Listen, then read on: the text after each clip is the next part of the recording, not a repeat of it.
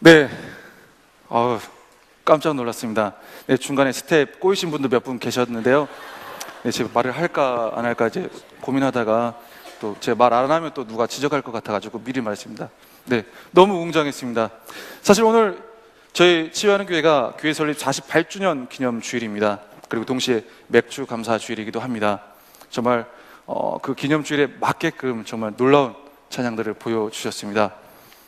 여러분도 앉아서 예배 드리는 것도 굉장한 기쁨과 은혜가 되지만 함께 하나님을 더욱더 앞에서 찬양하는 일에 함께 동참해보는 그런 여러분이 되었으면 좋겠습니다. 글로리아 찬양대 마감 제한 인원 있나요? 없답니다, 여러분. 네, 누구든지 도전하시고 누구든지 오시면 네, 찬양으로 주님께 영광 올려드릴 수 있습니다. 네, 맥주 감사주일 그리고 교회 설립 48주년 기념주일, 많은 것을 되돌아보게 하는 어떻게 보면 기념적인 주일입니다.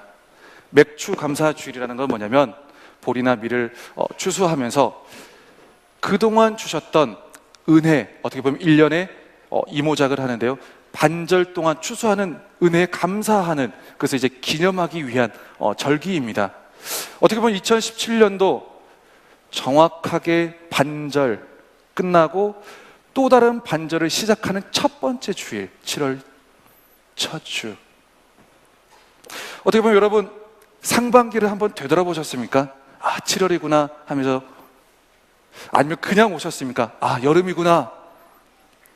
이 시점에 주님께서 우리에게 주신 귀한 절기를 다시 한번 기억하면서 하나님께서 나에게 어떤 감사할 만한 조건들을 주셨는지, 또한 어떤 은혜를 주셨는지 한 번씩 되짚어보는 여러분이 되시기를 주님 여러분 축복합니다.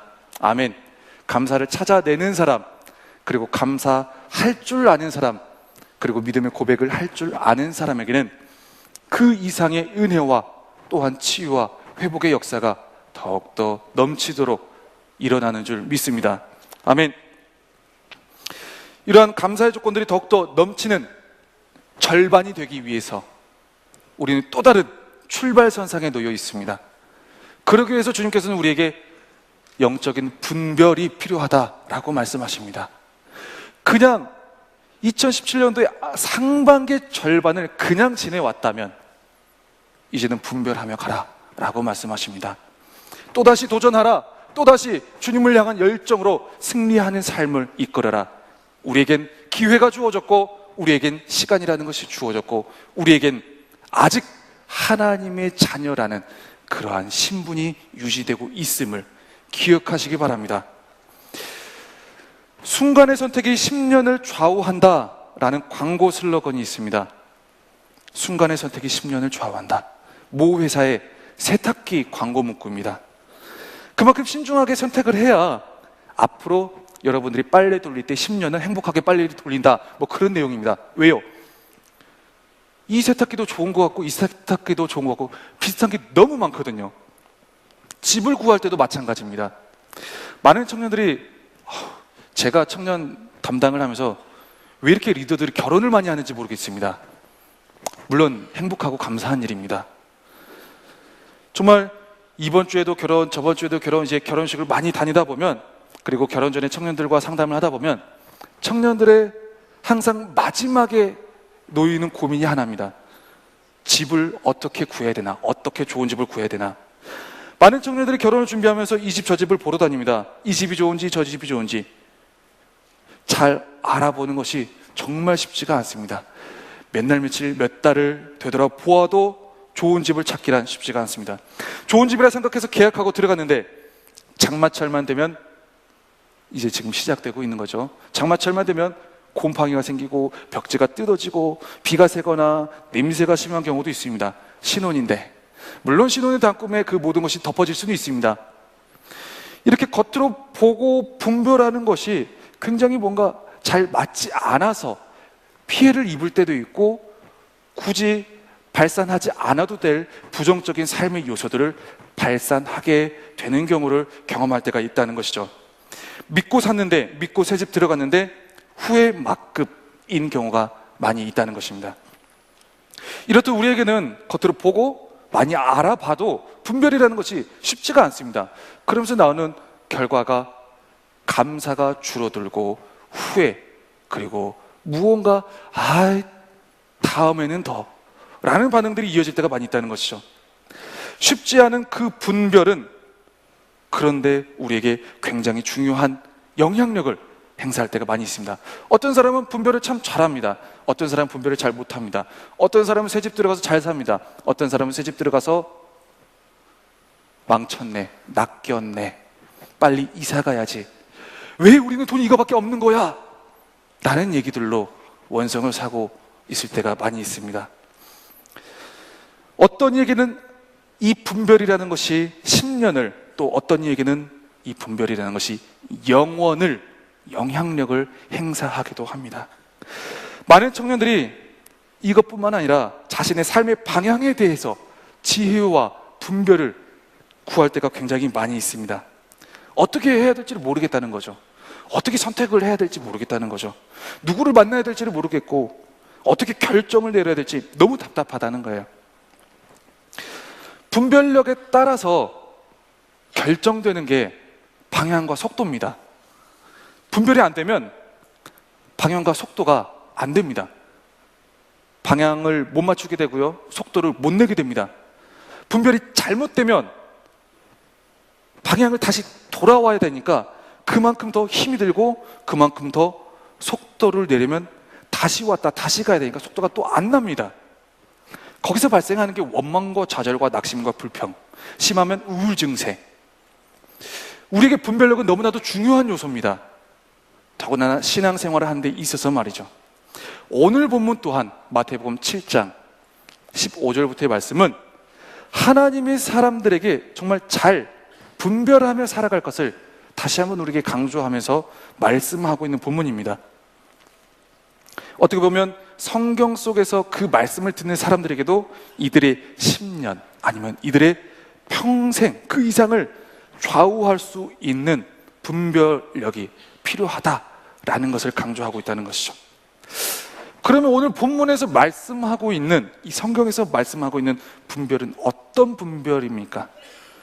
오늘 본문 16절 말씀에 보면 그들의 열매로 그들을 알지니 가시나무에서 포도를 또는 엉겅퀴에서 무화과를 따겠느냐. 열매로 알 수 있는 분별이라고 말씀합니다. 열매로.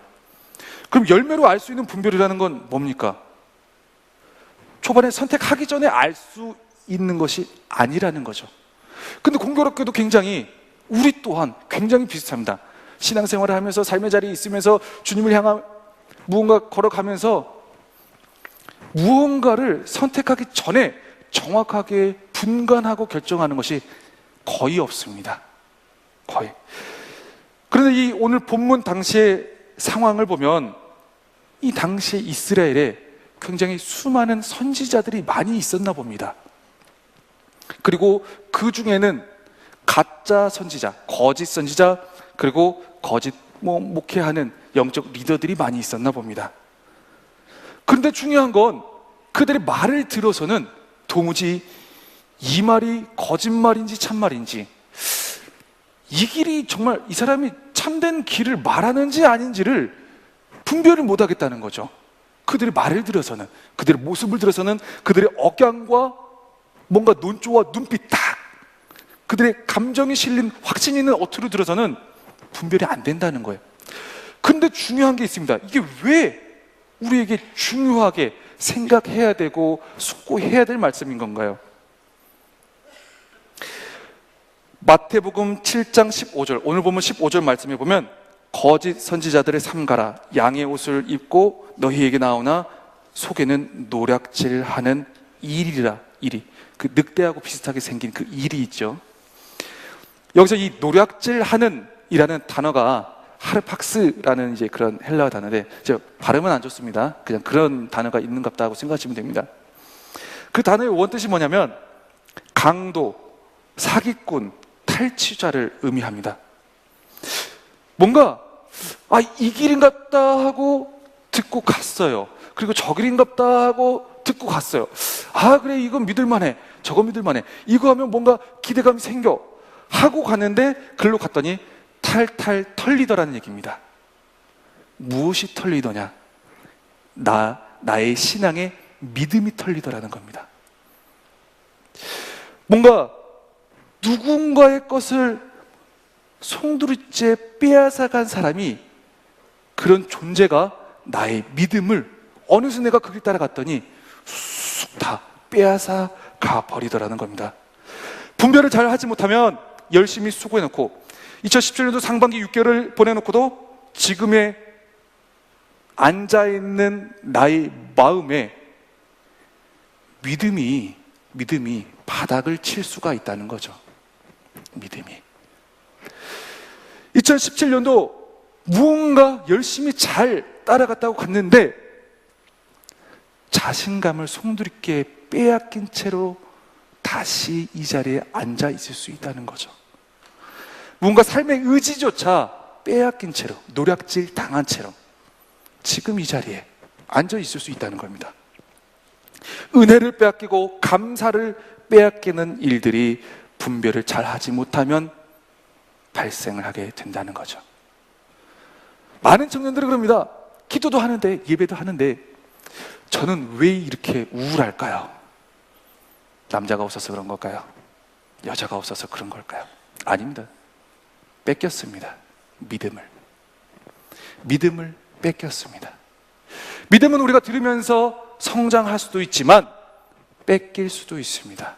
노략질하는 이리와 같은 존재에게, 그러한 리더, 사람, 아니면 그러한 상황, 그러한 말로 속삭이는 내 안에 어떤 존재에게 의하여 분별을 잘 못하면 탈탈 털립니다. 우리의 마음이요, 우리의 삶이, 우리의 신앙이 탈탈 털립니다. 우리를 털어내기 위해서 이리 같은 존재들은 우리에게 양처럼 다가옵니다. 이 길이 좋은 길이야, 이 길이 좋은 길이야, 그 길이 좋은 길이야, 그렇게 가야 돼, 저렇게 가야 돼. 그러면 열매로 분별한다는 것, 열매로 분별한다는 건 도대체 어떻게 분별한다는 걸 말하는 걸까요? 오늘 본문 안에 보면 그들의 열매로 그들을 알지니라는 표현이 2번이나 반복됩니다. 그만큼 중요하고 강조되어야 된다는 거죠. 여기서 말하는 열매, 이 열매는 도대체 뭘 말하는 걸까요? 그들의 삶의 증거를 말합니다. 증거. 어떤 증거일까요? 어떤 증거? 앞뒤 좌우 맥락을 좀 곰곰이 묵상을 해봤습니다. 그 열매에 대한 해석도 가지각색입니다. 윤리적인 삶의 모습 등등, 이거 등등. 근데 뒷부분에 연결된 말씀을 보면 주여 주여 하는 자마다, 그리고 귀신을 쫓아냈을지라도, 능력을 행했을지라도, 그 이상 어떤 것을 했을지라도 불법을 행한 자들은 주님께서 모른다라고 말씀하신다는 거죠. 능력이 나타난다고, 귀신을 쫓아냈다고, 그리고 주여 주여 했다고 해서 무언가가 그 모든 것이 그대로 열매로 연결되어지지는 않을 수도 있다라는 것이죠. 여기서 계속 말씀하는 것은 하나님의 뜻대로, 하나님의 법대로. 그래서 계속 묵상을 해봤습니다. 믿음으로 반응하는 삶을 말씀하고 계시는 거구나. 하나님을 향한 믿음으로 반응하는 삶, 행동, 행위. 말씀은 계속해서 반복적으로 말합니다. 그들의 열매로 그들을 알지니. 조금 더 이해하기 쉽기 위해서 묵상을 좀 많이 했습니다. 그리고 앞뒤를 찾아봤습니다. 그러면서 주님께서 감동을 주신 하나의 카테고리가 있었습니다. 어떤 카테고리였을까요? 바리새인들과 서기관의 카테고리였습니다. 말하는 거 참 쉽죠. 주여 믿음으로 나아가겠습니다. 주여 믿음으로 순복하겠습니다. 말하는 거 굉장히 쉽습니다. 주여 나를 주의 은혜로 덧입혀 주옵소서. 주여 제가 이렇게 하겠습니다. 그러나 말하는 대로 행동하는 거 정말 어렵습니다. 듣는 것은 쉽습니다. 들은 것을 가지고 판단하는 것도 쉽습니다. 그러나 들은 대로, 그리고 올바르게 판단된 대로 행동하는 것은 어렵습니다. 바리새인들과 서기관들이 말은 참 잘했습니다. 말은 참 잘했습니다. 이렇게 저렇게 말을 참 잘했습니다. 그러나 그들은 말한 만큼 하나님 앞에 합법적인 삶을 잘 살아내지 못했습니다. 어떻게 보면 그 율법으로 또 다른 누군가를 의롭지 못한 것 같으면 정죄를 하기도 했고요. 그리고 그 율법으로 자기를 드러내기도 했습니다. 오늘 성경 공부 로마서 말씀과 연결되는 부분이 있습니다. 마태복음 23장에 보면 예수님께서 바리새인들과 서기관들을 심판하는 말씀을 주십니다. 3절과 4절에 보면 그러므로 무엇이든지 그들이 말하는 바는 행하고 지키되 그들이 하는 행위는 본받지 말라. 그들은 말만 하고 행하지 아니하며 또 무거운 짐을 묶어서 사람의 어깨에 오히려 막 짐을 줘버린다는 거죠. 그리고 자기는 이것을 한 손가락으로도 움직이려 하지 아니하며, 바리새인과 서기관 그리고 거짓 선지자의 모습이 굉장히 닮아 있습니다. 이러한 행위를 두 글자로 뭐라고 하는지 아십니까? 외식. 성경에서는 외식이라는 표현을 합니다. 비슷한 맥락으로 위선이라고도 하죠. 그리고 이것은 거짓된 속성과 연결이 됩니다. 하나님의 말씀대로 주의 말씀을 자기 몸에 이루는 삶이 우리에겐 필요하다는 것이죠. 주를 위해서 고난도, 그리고 죽음도, 아픔도, 고통도, 무엇이든지 주님께서 주신 말씀이라면 그 모든 것을 네 삶에 녹여내고 내 삶에 적용할 줄 알아갈 때에 우리는 분별되는 삶을 살아갈 수가 있다는 것이죠. 여기서 말하는 분별은, 영적인 분별은 하나님의 관점에서 알아가고 하나님의 관점에서 속도내게 하는 영적 지혜입니다. 우리가 흔히 생각할 때 분별하면 시시비비를 가리고, 그래 얘는 참, 얘는 거짓, 얘는 이 길은 맞고 이 길은 아니고, 이런 분별을 말하고 있지는 않습니다. 어차피 우리는 그 지혜를 모릅니다. 몰라요. 오직 하나님만 아시는 지혜입니다. 오늘 말씀의 맥락에서 말씀하는 분별의 근원은 믿음으로 반응하는 삶, 즉 순종에서 찾고 있다는 것을 우리는 기억해야 됩니다. 분별은 하나님의 말씀에 철저하게 순종하기를 반복하는 자에게서 나타나는 모습입니다. 순종은 아는 것만 행하는 것을 말하지 않습니다. 아는 것만 행하는 것을 순종이라고 말하지 않죠. 하나님께서 들려주시는 어떤 말씀이라면 내가 알지 못하더라도, 내가 이해하지 못하더라도 믿음으로 반응할 줄 아는 것이 순종이라는 것이죠. 이것을 또 다른 말로 영적 통찰력이라고도 합니다. 혹시 여러분 지금 삶에 있어서 방향이 안 잡히고 계십니까? 혹시 속도가 더디 나고 계십니까? 하나님께서 여러분의 삶에 허락하신 자리, 그리고 여러분 가운데 순간순간 주시는 그분의 말씀 가운데 그대로 순종함으로, 믿음으로 반응함으로 나아가는 여러분 되시기를 주님의 이름으로 축복합니다. 이해하려 하지 마시고 들리는 말씀에 순종하시기 바랍니다. 순종은 행동하는 믿음입니다. 살아있는 믿음, 액티브한 믿음.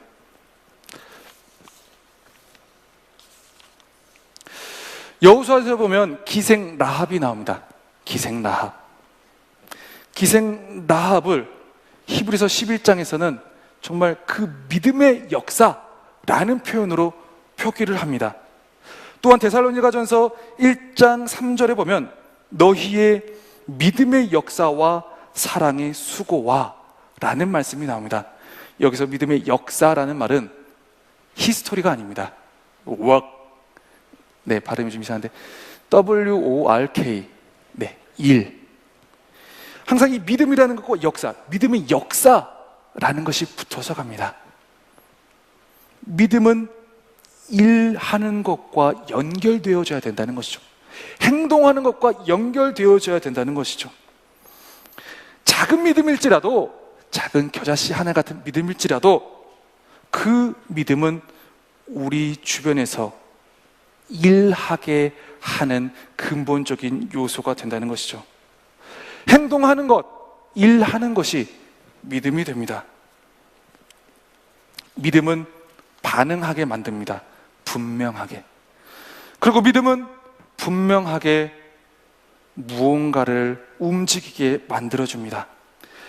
갈라디아서 5장 6절 말씀에 그리스도 예수 안에서는 할례나 무할례가 효력이 없을 때 사랑으로서 역사하는 믿음뿐이니라 라는 말씀으로 우리에게 말씀을 전합니다. 역사하는 믿음, 일하는 믿음이 있어야 합니다. 우리는 하나님 앞에서 주님, 이 길이 맞습니까? 저 길이 맞습니까? 많은 얘기를 합니다. 그러나 오늘 본문은 이렇게 말합니다. 그들의 열매로서 분별할 수 있다. 믿음으로 반응하면 그 다음에 그 믿음으로 반응하는 것을 통하여 하나님께서 분별된 삶을 무언가 하나님의 관점에서 속도내게 하는 삶으로 이어주시고 연결시켜 주신다는 것입니다. 우리는 많은 것을 판단하려고 듭니다. 많은 것을 미리 계산해야 되고 알아야 되고 결정해야 된다라고 이야기합니다. 그러나 믿음으로 반응하기 전에 계산된 그 어떤 것으로도 우리는 하나님의 역사와 믿음의 역사와 우리의 삶의 앞길을 분별할 수 없습니다.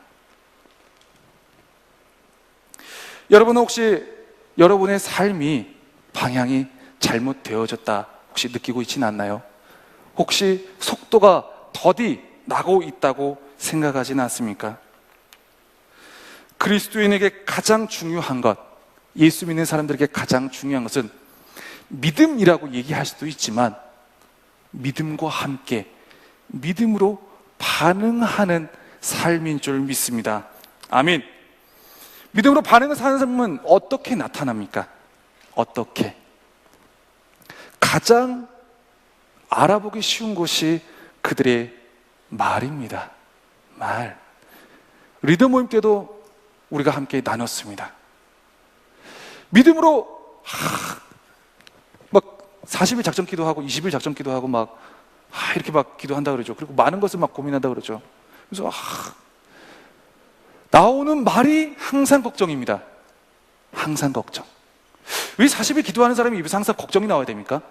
뭔가 믿음의 리더처럼 생긴 사람이 입에서 항상 왜 염려가 나와야 됩니까? 지금 이게 믿음으로 반응하고 있는 겁니까? 무언가 믿음으로 반응한다는 건 내 입에서도 증명되어져야 되는 부분입니다.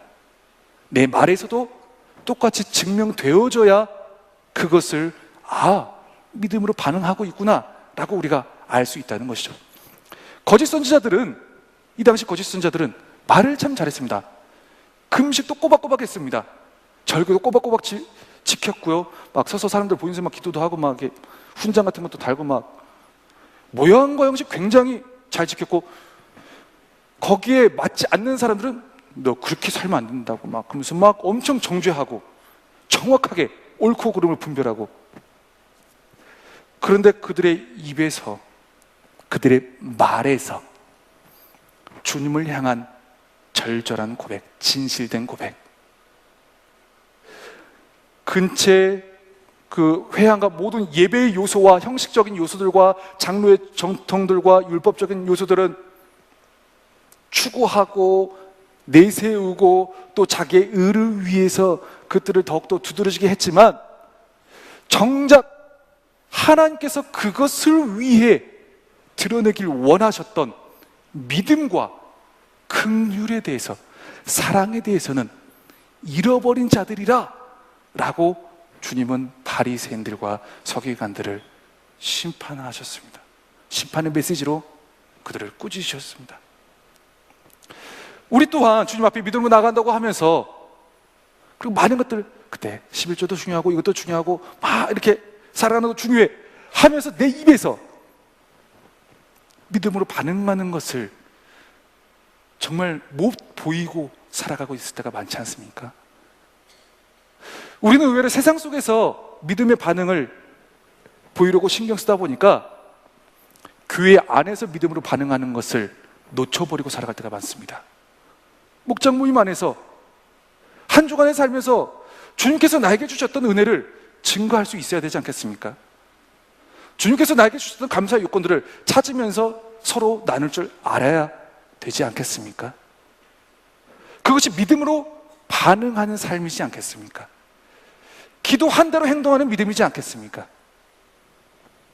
기도해놓고 예배 드려놓고 말씀 읽어놓고 그리고 온갖 걱정 막 하면서 끝까지 걱정으로만, 끝까지 염려로만 우리 입에서 하나님은 살아계시다, 하나님이 나를 통해 일하고 계시다, 나의 모습은 약하지만, 나의 모습은 답답하지만 하나님이 이런 나의 모습을 통해서 역사하고 계신다라는 고백이 나누어져야 되지 않겠습니까? 기도하는 만큼 선포하시기 바랍니다. 갈망하는 만큼 나누어 주시기 바랍니다.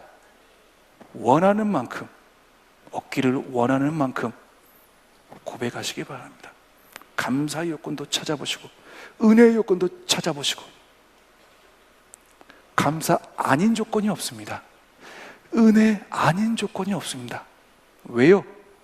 주님께서는 우리를 지금 이 순간도 사랑하시고 그 사랑의 마음으로 우리를 이 약한 상태에서도, 이 답답한 상태에서도 붙들고 계신 것이 명확하거든요. 믿음의 역사를 이어가시기 바랍니다. 믿음의 걸음을 걸어내시기 바랍니다. 여호수아서에 나온 기생 라합, 들었습니다. 하나님께서 이스라엘 백성들을 구원해 주셨다는 놀라운 소식을요. 그런데 라합의 믿음은 들어서 믿는 것에 그치는 믿음이 아니었습니다. 그 믿음은 행동하는 믿음이었습니다. 반응하는 믿음이었습니다.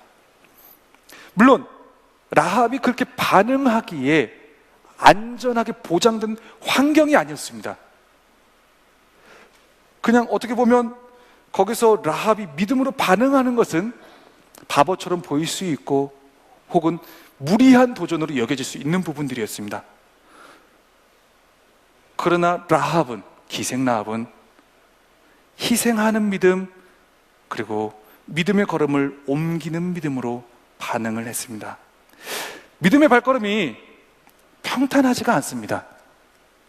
뭔가 보장성이 확 선명하게 보이지가 않습니다. 그런데 걸으면 보입니다. 걸으면. 그리고 믿음의 걸음이 믿음으로 반응하는 삶, 즉 하나님 말씀대로 순종하기를 반복하는 삶이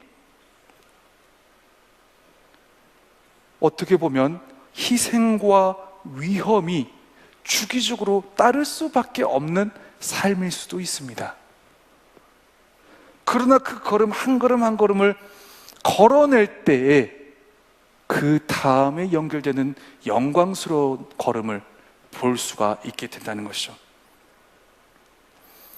믿음으로 기생 라합은 정탐꾼을 평안히 영접하였고 순종하지 아니한 자와 함께 멸망하지 않았다고 말씀합니다. 불순종, 믿음으로 반응하지 않는 겁니다. 순종, 믿음으로 반응하는 겁니다. 무언가 하나님께 이끌리는 정확한 삶을 분별되어져 살아가기를 원하십니까? 아니면 망하기를 원하십니까? 7월부터 시작되는 2017년도 하반기의 새로운 삶, 첫 시작. 여러분에게 들려지는 말씀대로 아직 약해 있을지라도 걱정 대신 간구로, 그리고 감사로, 고백으로, 선포로, 그리고 나눔으로 여러분들의 믿음의 걸음을 걸어가시기를 바랍니다. 여러분들의 믿음 그 다음에 하나님께서 보여주시는 많은 놀라운 은혜들이 있는 줄 믿습니다. 최근에 어떤 한 간증을 들었습니다. 어떤 개척교회 목사님 부부가 굉장히 목회를 힘들게 하고 계셨습니다. 저희 이제 부모님도 개척을 한 2번 정도 하셔가지고 그 삶이 얼마나 힘들고 어려운 삶인 줄 압니다. 개척교회를 하셨는데 1년이 지나고 2년이 지나고 3년이 지나도 성도가 늘지를 않는 겁니다. 가족들 플러스 가족 가족만. 성도가 늘어야 되는데 또 시간이 지나고 반복되다 보니까 이 목사님의 마음 가운데 열등감과 실패감, 그리고 피해의식, 그리고 대형교회에 대한 비판 능력이 월등하게 높아지고 있었다는 겁니다. 그러면서 어느 정도 열심을 내고 이 세상과 막 비판하는 그 상황을 넘어서다 보니까 급기야는 이제 우울 증세로 전락하게 된 겁니다. 목회자도 우울증을 많이 앓습니다. 엘리야도 우울증을 앓았고요. 어떻게 보면 굉장히 외로운 직분이고 어떻게 보면 굉장히 고립될 수밖에 없는 직분입니다. 시간이 지나도 무언가 달라지는 게 없고 계속해서 실패감만, 낙심감만 쌓여가다 보니까 막 우울 증세가 나오면서 목회를 진짜 때려치려고, 다 때려치고 진짜 어떻게 뭐 이걸 그냥 확 삶을 어떻게 끝내버리려고 하다가 어느 순간 아는 목사님을 통해서 이제 선교지 탐방에 대한 이제 제의가 들어왔습니다. 저기 아프리카 쪽에 선교지가 있는데 거기 이제 작은 개척교회 목사님들과 농촌 목사님들 모아가지고 이제 선교지를 탐방 시켜주는 프로그램이 있다고 이참에 한번 참여해가지고 다시 좀 한번 좋은 기회로 삼으면 좋겠다고. 그래서 정말 이 목사님께서 생각하시기를 그래 마지막에 이 선교지 탐방 한번 해보고 그 다음에 돌아와서 정리를 해야 되겠다. 인생이든 목회든 뭐든 정리를 해야 되겠다 라는 마음을 가지고 떠났습니다. 그래서 그곳에 가서 선교지를 도착해가지고 한 군데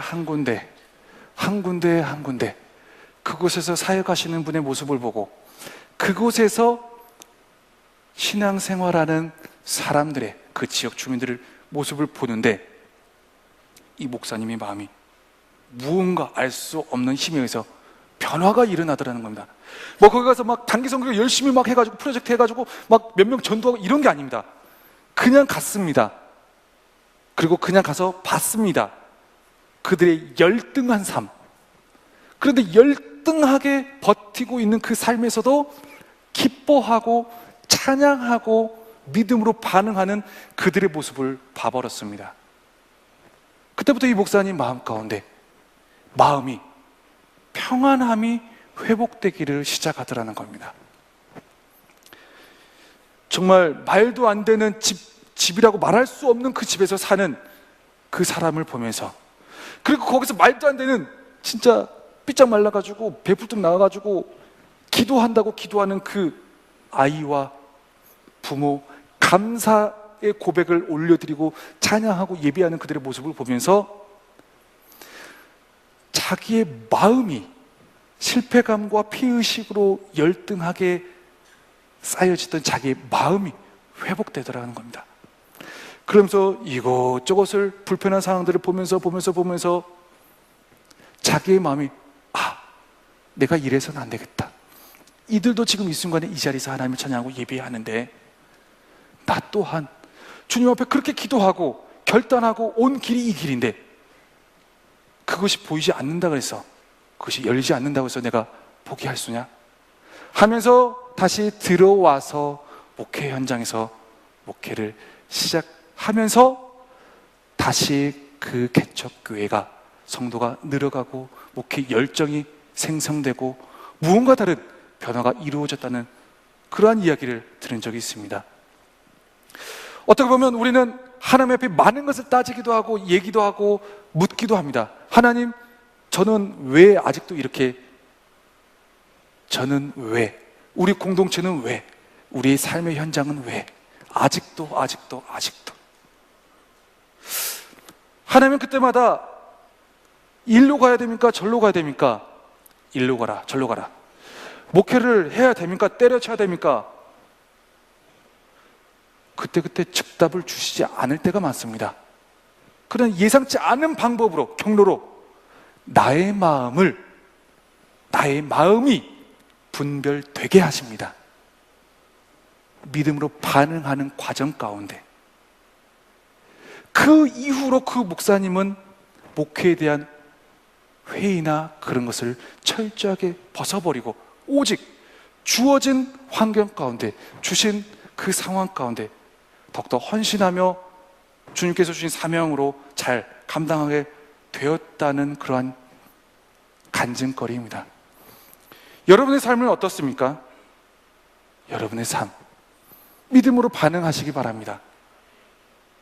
그리고 믿음으로 반응하면서 주시는 하나님의 분별력을 가지고 더욱더 열심 있게, 힘 있게, 기뻐함으로, 감사함으로 2017년도 하반기를 이루어 나아가시길 바랍니다. 다른 것은 없습니다. 믿음으로 시작했으면 믿음으로 반응하는 우리의 삶이 필요할 뿐입니다. 기도하겠습니다.